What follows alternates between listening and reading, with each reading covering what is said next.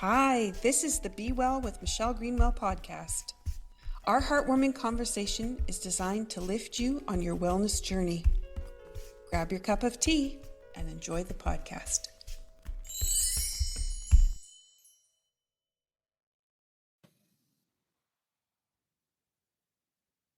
Welcome back to the third and final episode of this Trilogy series. This is Intuitive Wellness, Exploring the Biofield Within.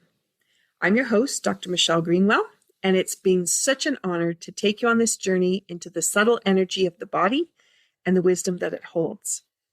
And today's episode is titled Spiritual Healing, A Soul Approach to Illness and Healing. And it's a powerful one because we're not often looking at the spiritual aspects of an illness. We're often looking at the physical ailments, the signs that come from the body, and we don't often even know how to read the spiritual aspect. So today we're joined once again by Dr. Delphine Rossi, a leader in the field of integrative and complementary health. She works in higher education for spiritual wellness and holistic healing. Welcome back, Delphine. Thank you, Michelle. Delphine has spent decades weaving her experience across mental health, hospice care, medical settings, and spiritual counseling. She's a licensed ordained minister. She's pioneered degree programs and curriculum in integrative health, and her published research has spanned spiritual healing, children's well-being, and the soul's role in personal transformation. She served as director of hospice, a hospital chaplain volunteer, and a spiritual counselor, always bringing compassion and clarity to the soul's journey through health and healing. Before we begin, you know that we need to have a cup of tea in our hand. And so if you haven't made anything to listen to this podcast, now's the time to put the kettle on. And I'm going to ask you, Delphine, what have you put in your cup today? Today, I have fireside vanilla spice. And I'm going to read the ingredients. Cinnamon, ginger, licorice, cardamom, and natural vanilla. Oh my gosh. And you know, vanilla is so powerful in the spiritual realm, actually, in a lot of things that people do. They don't realize that vanilla is what you put in the cookies, but it is very powerful. Beautiful. That's like, feels like a warm hug, that particular blend. Absolutely. Yeah, it is. Now, you said it had ginger in it, which is going to match Yes. what I chose for mine today. So this is great. So from the Cape Breton Tea Company, I'm going to feature the Golden Serenity Tea. This is a tea that we created for part of the Unwinding Trauma series to help build resiliency. And it's at the start of the chakras. So it's at the root chakra. And the two ingredients I'm going to highlight today include ginger, and the other one is the bale nut. But let's first go to the affirmation that's on the package. And when you're sipping on these teas, this gives you the opportunity to think about where you want to go, what your goal might be, what your outcome might look like. And as you're thinking of listening to the podcast today and spiritual healing and your soul's approach to health and wellness, then this is an opportunity to think about what is that going to look like for you on the other side of this conversation, and where might your journey take you? So the intention is soften the desire to push through. With confidence and an authentic self-love, welcome peace within. And so often we do just try to keep pushing the envelope, pushing the button. If I could only get this done, if I'd only done more, and we're always pushing that piece. What happens when we stop and we just breathe? And we say, we are there. We have arrived. All right, so let's look at ginger. So ginger actually acknowledges our pain. So on a soul's level, it has the opportunity for us to be recognized that pain is there, but then it infuses us with a new determination, a new will to allow us to let go and let the healing process begin. And a lot of people go to ginger and honey. They have a sore throat or not quite feeling 100%. That's where they'll often go. And when I'm making my switchel, I'll put ginger in there as well. So just to realize the ginger is listening. It's there for you, and then it's going to infuse the opportunity for you to relax and let go. And then I'm going to pair that with the bale nut today, which is a fruit. It is about mental peace. It's the opportunity to enhance your spiritual awareness and then bring about that calmness in your mind that you don't have to be thinking about the next piece. Sit in it, be present with it. So as you've got your heartwarming mug there, Delphine, I'm going to just lift up my golden serenity. Cheers. Thank you so much for joining us. Thank you. If you have not tuned in before, you'll see us sipping on the tea as we go along, and that's energetically continuing to bring those herbs in and help us move this conversation along and help give you a healing session as you listen. So let's move from there and dive into our soul's purpose, looking at the perspective of healing through the soul. Delphine, can you tell me a little bit about what is spiritual healing? Yes, Michelle. First, I want to just review the definitions here, because that way the viewers know what we're talking about. Soul or psyche is the more life-oriented and less transcendent aspect of the self. That's the definition we're going to be using. Intimately connected with the emotions and the heart. Healing is about finding inner peace with one's life. And I'm going to expand on that in just a minute. But curing is restoring the physiology to a previously functional state. So there's quite a difference between healing and curing, but people often use those terms interchangeably. So anyway, those are the terms. That's how we're going to be looking at spiritual healing today. So spiritual healing is an acceptance of an appreciation for life just as it is and just as it has been. And so it's finding meaning and purpose to life events. And it's also about seeing life experiences without judgment. In other words, meeting life with awareness and seeing experiences as spiritual experiences meant for good, meant for transformation. Spiritual healing is also about compassion and forgiveness with the self, but also with others. And so often people, in an experience, they'll try to solve why they had that experience. Their mental process comes in and fills in blanks that they have. Yes. And that pulls them away then from the spiritual aspect of it. Yes, because many people want to know why, right? The why. Why has this happened to me? Why is this occurring? And so they go on this search for the why. But it's really more of a spiritual search, because it's about the finding or assigning that meaning, that unique personal meaning to that life experience, and appreciating the experience. In other words, feeling gratitude that one had that life experience. And that can be a challenge. Especially if it's an experience that you didn't want, that wasn't on your radar. Yes. Or as you were thinking about your goal, that was not in the equation at all, that experience needed to happen in order for you to get to your goal. Yes. And that ahead. has to do, I believe, more with that underlying faith and trust in the universe. Because when one has that underlying faith and trust in the universe, then it's not as challenging to try to assign meaning and figure out the why. And if you're trying to solve the why, you could be missing the whole reason for the experience.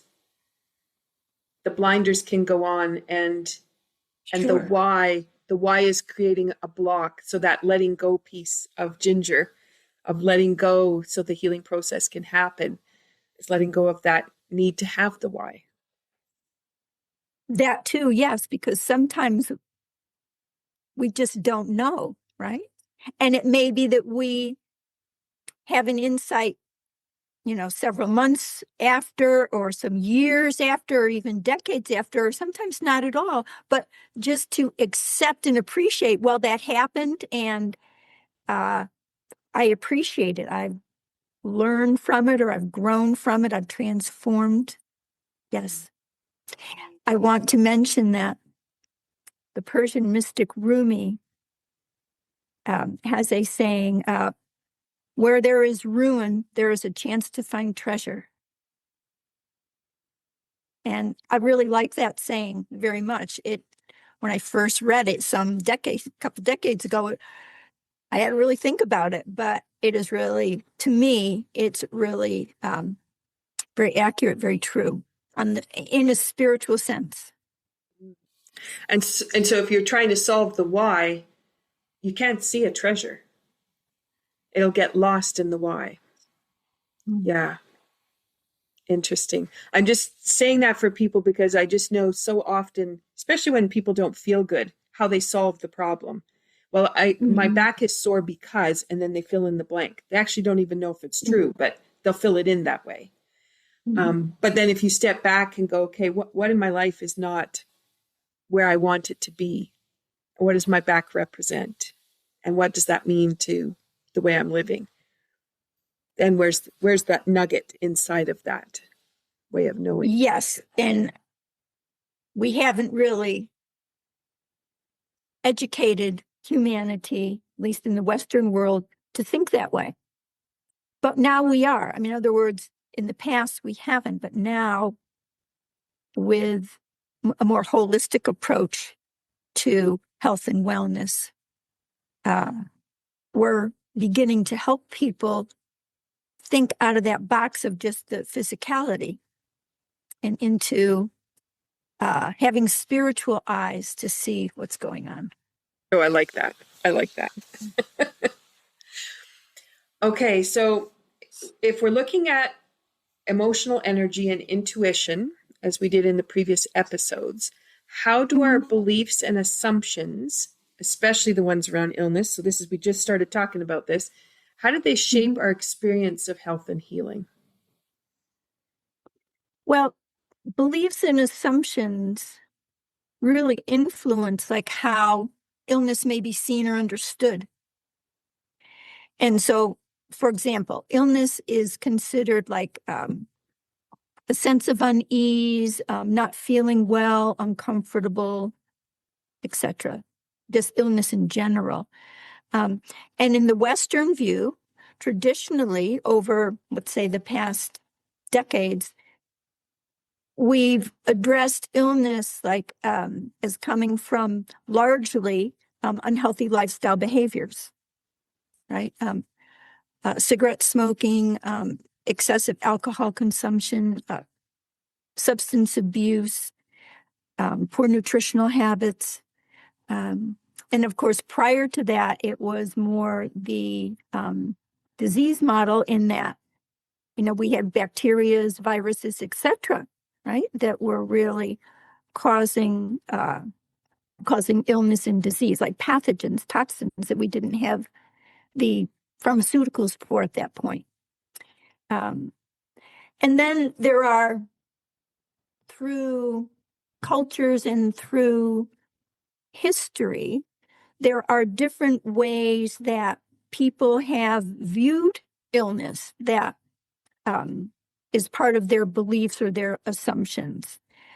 For example, some cultures believe that illness could be karma related. And some people, I mean, even, in this current holistic viewpoint, they may think that it's some kind of karmic issue going on. Some cultures through time have believed that that illness was a punishment for sin by God, or they also believe that it's God's will.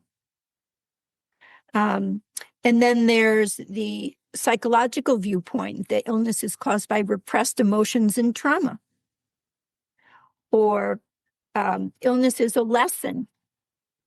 That's sort of a new age kind of thought. Or there's something out of sync in the holistic, mind, body, and spirit.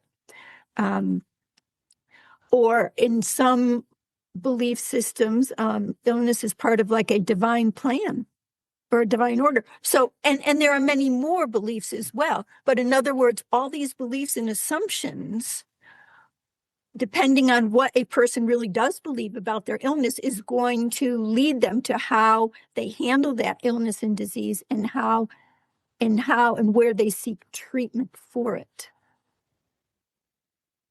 Interesting. And so it's very much interrelated. The beliefs and assumptions are very much interrelated to how an individual may go out and actually pursue some form of treatment. But of course, in the Western world, we see that in general, people may go to a physician because something is amiss, but they rarely take a look at what may be behind that, like the emotions and the spiritual issues that are co-creating it, so to speak. And that's where our attention in this large field of bioenergetic wellness and healing is being focused to help people learn how to really be in touch with their bodies and their mind and their spirit, so that they can figure this out and create the right treatment plan for themselves. Like, in other words, where they go for treatment. Yeah. I'm just thinking about, you get that diagnosis. Oh, it's today in class it's bursitis. And, my hips are feeling wonderful. My bursitis is like hardly even there. And then the question is it bursitis? And then the answer today was, well, of course it is. So there was that was the lens. But what is the answer if you're looking at it from a spiritual perspective, and you're looking at what is the power of the hip, your source of energy? How are you living with vitality? How are you moving through your day? Then you can look at the impetus of how did that pain arrive, that then it looks like bursitis. I'm just trying to give a description for people, because again, that was that solving today was, oh, I have this, so I feel like this, and it's alleviated by what we've just been participating in, but it'll be back, right? And they're just ready for the next piece. But what you're saying is, if you're looking at beliefs and assumptions, there's lots of ways of looking at it. What if you did change your lens and looked at it from another angle? What if you opened up that conversation? Yeah. Absolutely. Because some of the ways that people may look at their illness could be very devastating for them, right? Like if it's a punishment or you've done something wrong, so to speak, retribution. And if you changed your lens and you looked at it as something like, okay, my body is talking to me, it's trying to tell me something about my inner and outer life, what might that be? That's much more positive. Yeah, instead of I deserve this, and then you just build yourself into a deeper hole. I deserve this, I deserve this, I deserve this, and you stay there, and you can never get back out of it. And then living your life disappears, because then it's just trying to survive, which is completely different. Yeah. Yes. Yeah. Wow.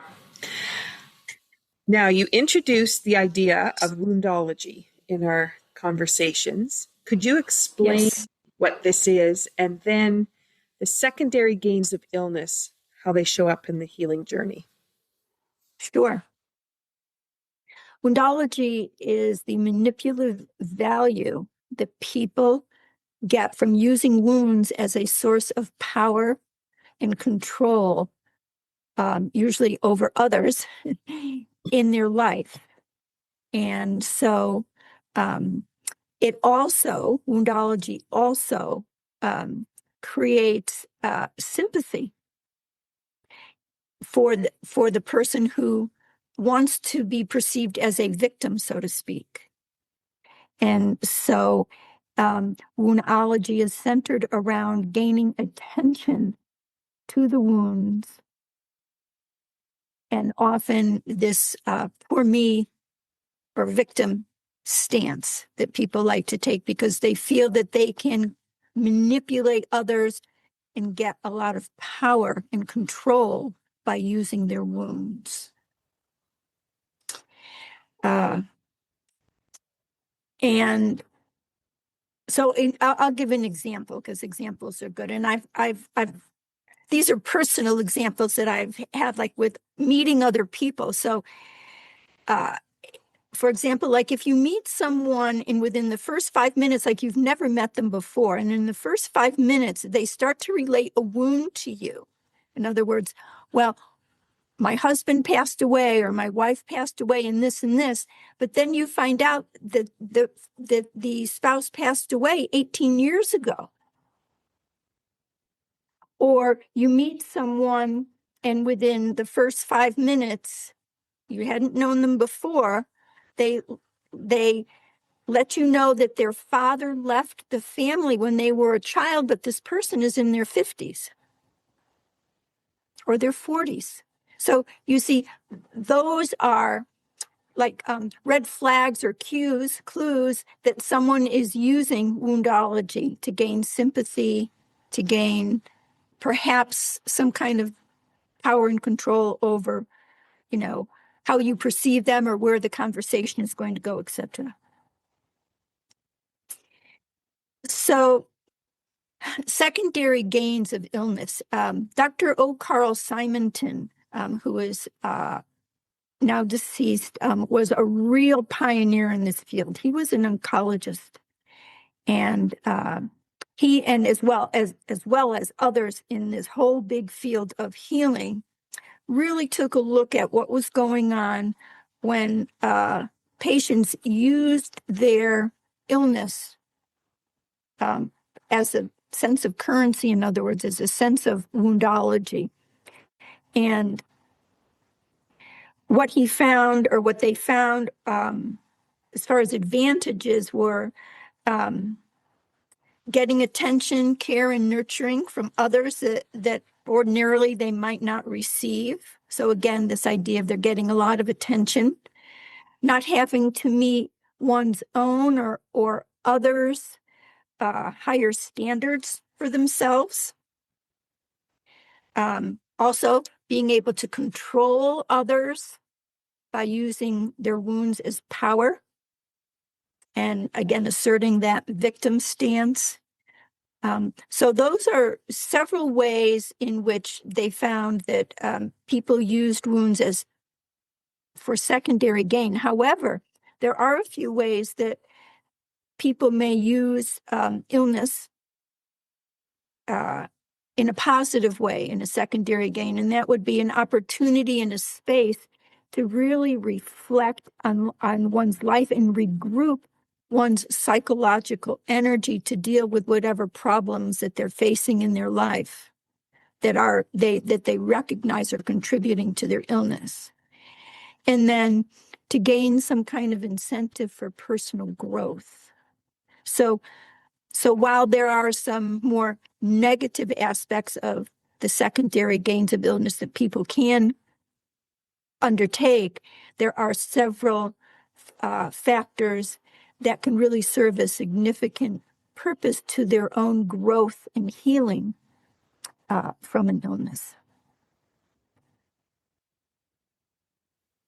So they really, there's a fine line between, because some people, it's a subconscious piece that this woundology sets up. Some it's a conscious, but for most it's probably subconscious. And so this, the the ability to stop and realize that it's even sitting there, and the words that they might use, or how they convey how they're feeling in the day. And I like how, in the first 5 minutes, what do they tell you? So from the person Yes. might be exhibiting that woundology, but not realizing it, listening to yourself say it to other people, and realizing, oh, I do tell everyone that I'm in pain, or that my father left me, or whatever it happens to be. Yes. And that story is a story I continue to tell every day. Yeah, it's a fine line. And then you have the judgment piece of it, is you have a choice of whether you choose to judge yourself and berate yourself as a result of that, or, like you said, pull yourself into that space of, I'm going to be wizened by it, and I'm going to move forward from it. Yes, yes. I think a lot of that, as you're saying, has to do with that self-awareness. And there are some people who, people that that you may, see, several times a week, and it's always something about, oh, this aches or that aches, or they're always coming out with, something that isn't right. And I think some of that is because they want to be heard, because they're feeling in their life that they don't have someone who's really hearing them. So I think that could be another piece in that as well. Sort of the another psycho-spiritual piece, so to say.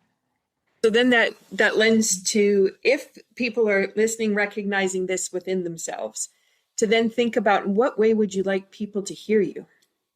Do you want them to hear you because of your aches and complaints, or do you want them to hear you because you're interesting? You read good books, you've been watching interesting shows, you have a craft that you love to do. Would you rather that they heard you from that perspective, or would you want to keep telling the story of your wound? Yeah. Yes. Wow. This does really approach really sitting back and almost being the fly on the wall in how you interact with people in a group setting, how you interact with some of your closest friends, who do you confide in, and who do you not confide in, and who listens to you. And then you've got that empathy piece, who empathizes with you and then allows you to continue with that power, and who's compassionate with you and says, hey, get it together. I've heard you say this for the last 5 weeks, either fix it or, move on already. And those are the people sometimes that we push away because we didn't want that answer. We wanted them to say, oh, I'm so sorry that you feel so bad, and I really wish I could do something for you, and here, let me carry your groceries, and then it's like, oh, thank you. And then it's like, now I've been served. But to sit back and really look at, what does the scene look like? If I was the fly on the wall, is that who I really want to be? Yes. Yes. And there are certainly people that really don't want to hear that, oh, come on, you can deal with this, you can get over it, etc., because that is their, they really don't know any other way, that they really feel that they're a victim, and that is how they live their life. Yeah. Yeah. And I know for me, I have a couple people where I can handle some of it for a ways, but if they haven't made a change, then I usually have to push them a little bit further out.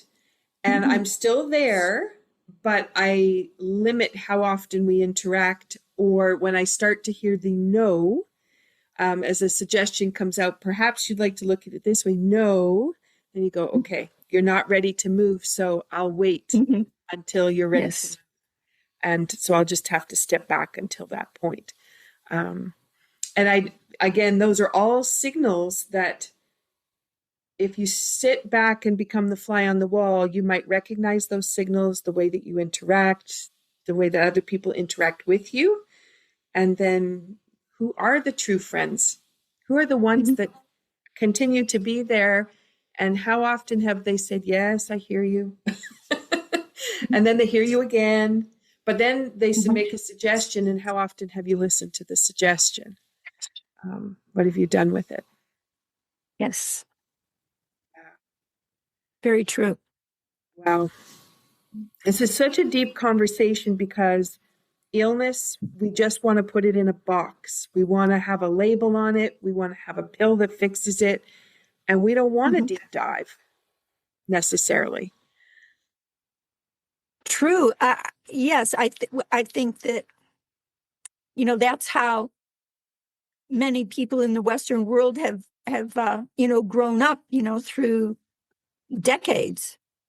That, if there's something wrong, you go to a doctor and the doctor fixes it. It's like a purely physiological thing. But there's really so much more that's going on. And again, in our field, we can help people to identify that. And even now in like integrative and functional medicine, doctors are much more open in those specific areas of Western medicine to looking at what is going on emotionally with this patient. And even in oncology, the field of psycho-oncology has been going on for decades now, right? Looking at what is the psychology going on with people who develop cancer. So, and as well as like heart disease and et cetera. So there is that. It's not necessarily so much yet in the complete mainstream, but it is there. And that's a good thing. And it is a good thing. There's lots of titles that go with that because the titles have gotten longer, like you said, the psycho-oncology, right? So people who specialize in that. The sad part is if you're getting to those people, you've been sitting with that dis-ease for a long time. And so it's the opportunity of what we're doing in the field of health and wellness, of identifying well ahead of those illnesses reaching that point where you have to be sitting across from an oncologist and and facing, what kind of choices do you have, which can be life and death choices. Yes. So it's stepping back to that and coming back to, I have a pain in my big toe. Well, let's look at this. Let's look at it now instead of it's gone up the leg and it's now the whole leg instead of just the big toe. Yeah. And really being present with it. Yeah. So illness is also thought of in this whole realm of woundology and secondary gains as a suppressed aliveness, as well as like in shamanic thought, illness is attributed to soul loss. So if we take a wider view, we see that these larger perspectives are out there. People just need to look for them if they're wanting a deeper dive into what's going on with an illness. Mm. And what's interesting, Hippocrates had said, it is more important to know what sort of patient has a disease rather than what sort of disease a patient has. This is centuries ago, right? So some of this is really nothing new, as far as what man understood, as far as the mind, body, and spirit all working together. So, and I like that saying, right? Because in much of Western medicine, we don't see the patient as being treated as a holistic individual. We see them more as that everybody receives a certain standard of care, so to speak. And that standard of care is standard amongst everybody. In other words, I think that that more physicians are becoming, in particular in integrative and functional medicine, becoming more aware of the uniqueness and individuality. But in some of the more specialized medical professions, it's still that standard of care. There isn't that real individual uniqueness that is really looked upon, like what kind of patient has this disease, right? Versus the disease the patient has. And wouldn't it be something if instead of putting all the eggs in the basket of waiting for that appointment to get to see the specialist, we went, that's the physical part that I'm going to take care of. But now let me go work on the spiritual aspect of what's going on for me. And now let me look at the emotional aspects. And we talk about body, mind, and spirit, but we don't go body, mind, and spirit. When we're looking for the healing aspect, we go over to the physical structure and then we stay there. And we hand over everything to somebody else. And they're not looking for that. So that's our job, to be looking for that and to find that space where we can find those answers. Yes. Yeah. Yes. All right. In your research and your work with clients, how often do you find illness as a metaphor? Well, often, very often, because our body is very conscious, it's extremely intelligent, and it's always talking to us, as we spoke about on the first session that we did. How the biofield is always giving us information. And so illness can be seen as a metaphor of what the body is trying to communicate to the person, and it hasn't been able to communicate. I mean, it's been communicating it, the person hasn't picked it up yet. So we've gone down the road from, just that, feelings of, something isn't quite right, or something's off, or I'm feeling irritated, or I'm angry, to down the road, like, okay, now there's something really going on with me as far as illness. And even for example, in traditional Chinese medicine, we see there's the organ and emotion coordinates. Or in psychoneuroimmunology, we know that the mind, the emotions, and the nervous system are in constant communication, as well as all this new information about crosstalk, right, between all the organs of the body, and particularly the gut, which is really leading the way as far as the immune system, right, to talk to every other part of the body. So we have an enormously intelligent physiology. So again, like the metaphors are about what is your body wanting to get you to see, perhaps at an emotional, spiritual level, that you're not seeing. And so I'll just give you some examples. So for example, and by the way, these would all be unique to each person, right?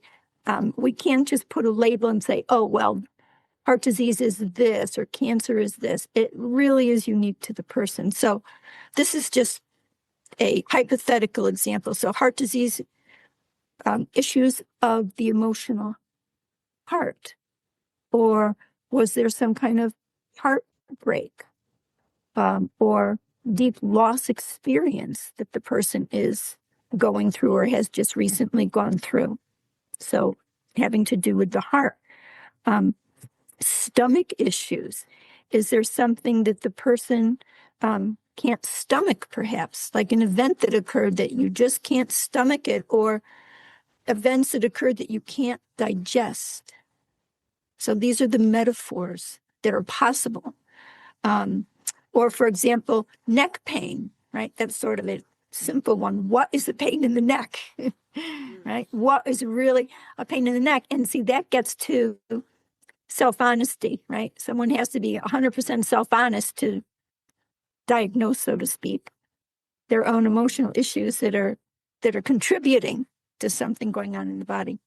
A sore throat, right? It could be Okay, what am I not saying that I really want to say, or I need to say, or I need to speak up about something, and it's hurting me? What's going on?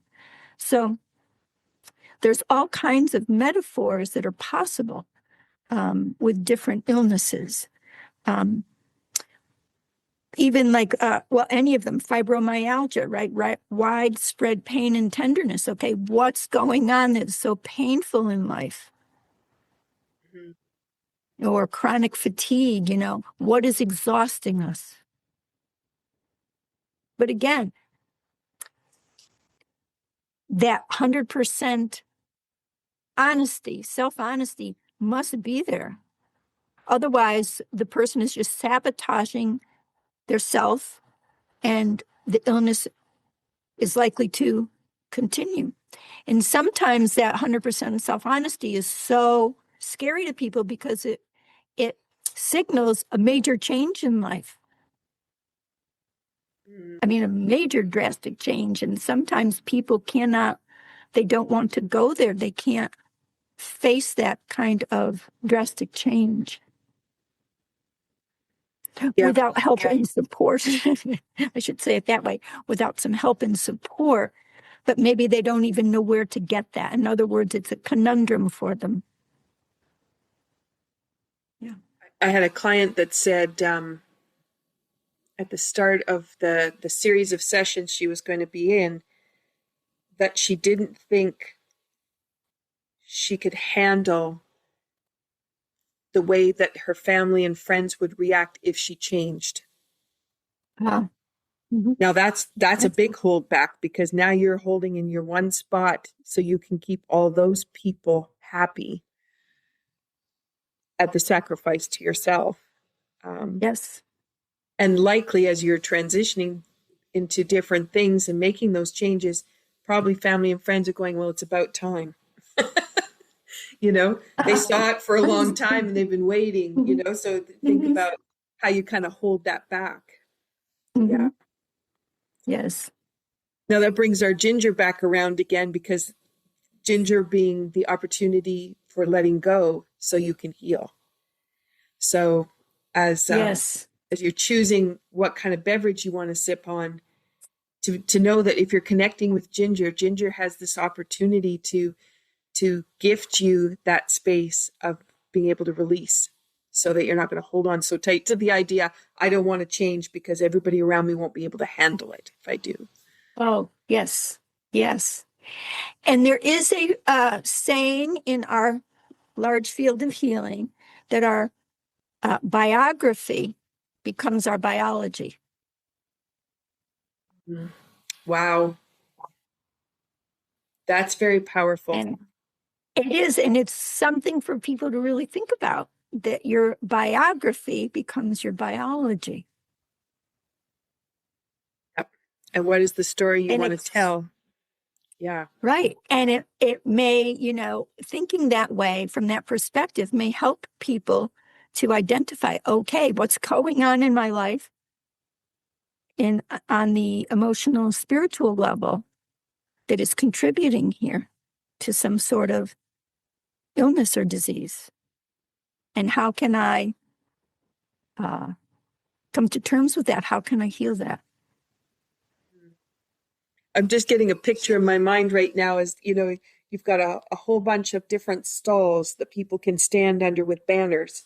And you've got I'm the abandoned one, so I'm going to go stand over here under the abandoned piece. But then you've got all these people who have been skydiving and hiking and doing all these daredevil kinds of things. And you're looking across thinking, gee, wouldn't it be cool to be one of those people? And then standing underneath the banner and thinking, no, I have to hold on to where I am at the moment, and I can't cross over to there. But I was just remembering about I had these little students. They were 4, and there was 3 of them, and they came in the door to dance class, and they stood at the door for the entire session, and they did that for an entire full series. So it was like 9 weeks. And the mom would push them in the door, and they would stand at the door and hold hands and be the support for each other. And then one day the mom came in, she said, this is the last day. I'm not going to send them again. If they are not dancing by the end of today's class, I'm done with dancing. So I said, okay, well, we'll see what happens. And one of the little girls decided she was going to come join in whatever activity we were doing. And the other two stood there horrified. And they looked at each other and they stood there. And this little thing came in to do whatever we were doing. And she was smiling and she started giggling and she was interacting with the other girls. And pretty soon the other one left as well, and left one standing there, and she had her head down and she fidgeted and she looked around and she couldn't stand it anymore. She dove in, and that was the end. Those girls at age 4 continued all the way through, and as teenagers they danced right into their 20s. It was so amazing. But there was this catalyst that if mom had given up, they never would have found that joy. But the second part was what happened when they left. And then what did that mean? And then who came along? So that fear of, my family and friends aren't going to be there to support me if I change that much. Well, they might grow and learn and find some new things with you that they never would have experienced. And then what is your story? What is your biography? Pretty cool biography that you can rewrite. Yeah. That's a good story. Yeah, about those 3 little girls. Yeah. It's a good metaphor. Well, it was so profound that it took me that many weeks to be able to convince them, because I was pretty good at convincing, but they had such a force field around them because there was 3 of them. They could, they could dominate. Oh, all right. Let's turn towards transformation, because now if we look at people taking that spiritual role, really looking at what they're doing, making the changes that they want to make, and you talked about the self-honesty and the spiritual healing, how could people who want to make that transition piece move from the doorway into the dance class? How could they invite change at that soul level? What's a few things that they could participate in or think about? Well, just to elaborate just a little bit more on the idea of the self-honesty, because that is really key, because we can only complete the relationship or our relationship to the truth, to our inner truth. And so this idea of self-honesty is to really become your real, authentic self. To let go of the people pleasing, let go of the fears, and to retrieve those parts of ourself that we've either abandoned or discarded or lost in some way, and bring those back into who we are. In other words, listen to those parts of ourselves that we have perhaps silenced over the years. So that's a really important piece, because this idea of self-honesty leads to a greater harmony, a greater balance within or between our outer life and our inner life. And if we're not 100% self-honest, then really we are sabotaging ourselves. In other words, we're pretending. In other words, we're not getting to the real truth. So the honesty really helps to create deep shifts in beliefs about ourself, our life, and how we want to live, like as you're talking about just recently, how we want to live in a full aliveness as an authentic self. So how can we use this kind of self-transformation, right, to lead to physical, emotional, and spiritual healing? Like, how can we transform from, at that soul level? And when we're aligned with our authentic self, we are able to excavate, to discover the emotional, spiritual issues that are blocking, impeding, stopping us from moving ahead or from healing. And as when we are in the process of self-transformation, we're 100% self-honest, we can then discover those emotions and those spiritual issues and set on a path to heal them. At the same time, we know that emotions and, well, anything having to, what do I want to say? Discordant energies that come from emotions or spiritual issues impact cellular consciousness. And so by identifying and excavating these discordant energies from our cellular consciousness, that allows our cells to rise up again to a more of a homeostasis or a balance. And so in that way, self-transformation can actually lead to a greater sense of physical, emotional, and spiritual well-being and aliveness, right down to that cellular level. And so it's likely that when our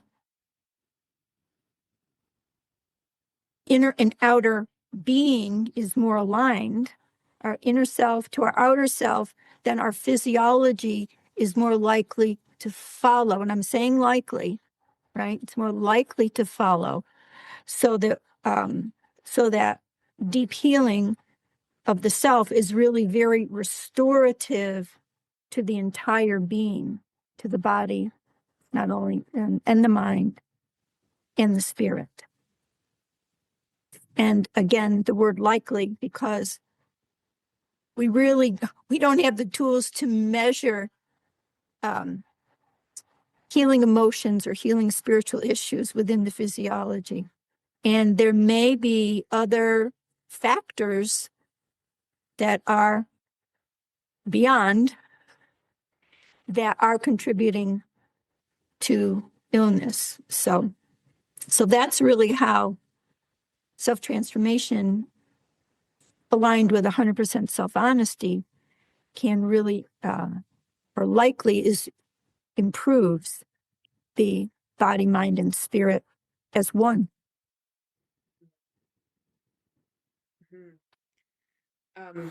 I'm thinking about when you've got that monkey mind, you have that repetitive thought that stays in there. I think it could be the same too with the Woundology, that same story that keeps playing out. If you're finding that balance across body, mind, and spirit, that monkey mind is disappearing, that story is no longer there, then to be able to think about what is the story you want to tell? What is the exchange you want to have with people? In what way do you want to make a contribution, or do you want to be interested or submerge yourself into something?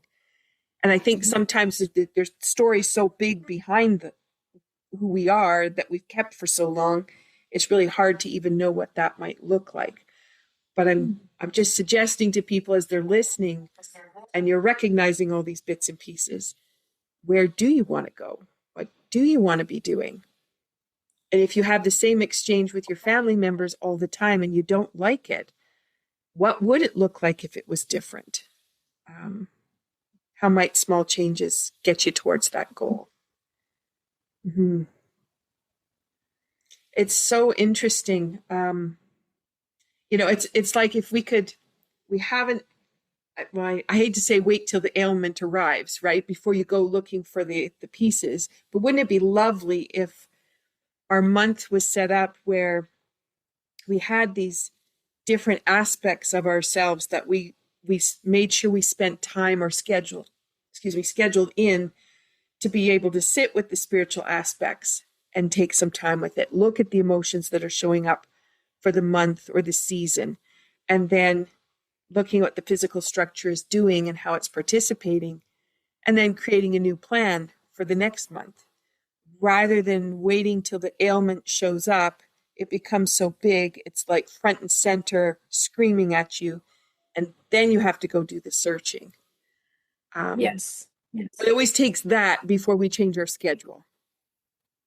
Yes, and that's something we talked about in the first podcast, the idea of really paying attention to the biofield, to the subtle energies, and taking the time and space to really connect with your biofield. I mean, really understand it, really know what affects it, and to identify when it is affected, and to be living from the neck down, right in that heart space, which is the feeling space, instead of always intellectualizing everything. And, you talked about the monkey mind, like running around here, there, and, having such a busy life that one doesn't have time for self-reflection. But that self-reflection is really, really critical to our well-being. Yeah. And I'm thinking about those people that might write in a journal. Maybe they do their 3 gratitudes at the end of the day. And what would happen if they shift from that being a to-do list thing? As, I've got to come up with my 3 things that I'm grateful for. It's valuable, but how much deeper would it be if you sat back and went, okay, how did my day go? And in what place did I get derailed? And in what place could I have really stopped to look at spiritually what was happening for me and how I responded on more of an emotional level, or I just ran out of energy. And so I grabbed that cup of coffee and the muffin and the chocolate bar and the to try to placate myself to get to the end. Right. Okay, let me go back and look at that whole piece. Now, what am I grateful for? Mm-hmm. And I can be grateful for that opportunity to reflect. And then bring about the well-being, not just because you put those good things on a to-do list, but because you really want to know more. You really want to be more involved. Mm-hmm. Yeah. Yes. Okay. We've been talking across 3 podcasts. Is there anything that I didn't ask you that you would like to bring up?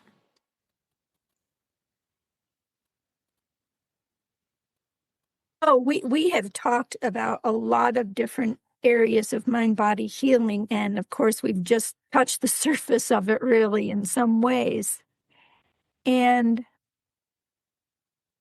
I sense that one of the more significant pieces that it would be helpful for viewers is, again, to really begin to know their biofield, really, really start to take a look and self-reflect and be self-aware of what's going on within their physiology, within their mind, emotions, and their spiritual life, so that they can, well, gain awareness and identify when something is amiss more rapidly than they may be doing right now.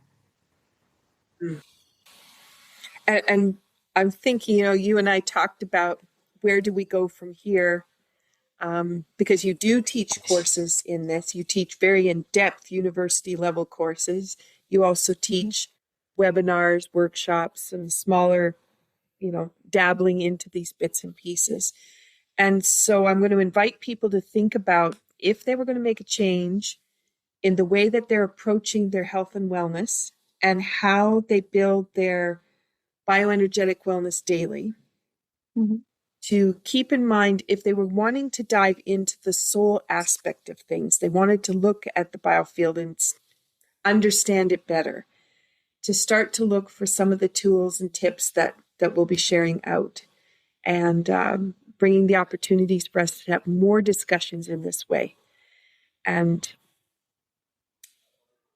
instead of, we say self-care, But self-care still, in a way to me seems kind of like the Band-Aid, and it still seems like it's like still trying to fix the physical structure. So self-care to me, the definition of it is not quite broad enough. But coming back into the biofield and being a biofield aware, it just has so much more meaning. So I just invite the listeners to think about what steps might you want to take and reach out. If you've been listening to the trilogy, leave some comments for us and send us an email and interact with us in a way that we would be able to bring forward tips and tools, but also perhaps a way to deliver material that's going to change this paradigm around health and wellness and get us out of the fixing place into the real living and diving deep space. Does that seem kind of what you would say? Yes, that sounds great. It's always interesting. We didn't know where this trilogy was going to go and how we could do the diving. And there's so many aspects of ourself that I think we kind of search past. It's almost like I was thinking the other night, we have such incredible sunsets here on Cape Breton Island. And I can't always get down to the sunset by the water. So I get the sunset, but it goes behind the mountain. And once it's done that's kind of it for me. And I'll see some colors come up, but not what's going to be down at the water. And the other night I was thinking I should jump in the car now and go down and see the sunset. But the other part of me was like, yes, but I'm involved in doing a few things. And it's going to look like it did the other night. It's going to be brilliant and beautiful, but I already have that memory in my mind. But I think if we run our life in that same idea, then that's when we take the goldenness out of it, because we had that experience and it was good. So we're going to stick in the more mundane kind of stuff instead of saying, let's drop everything and let's go experience it again. And then in that time, how much reflection time do I have?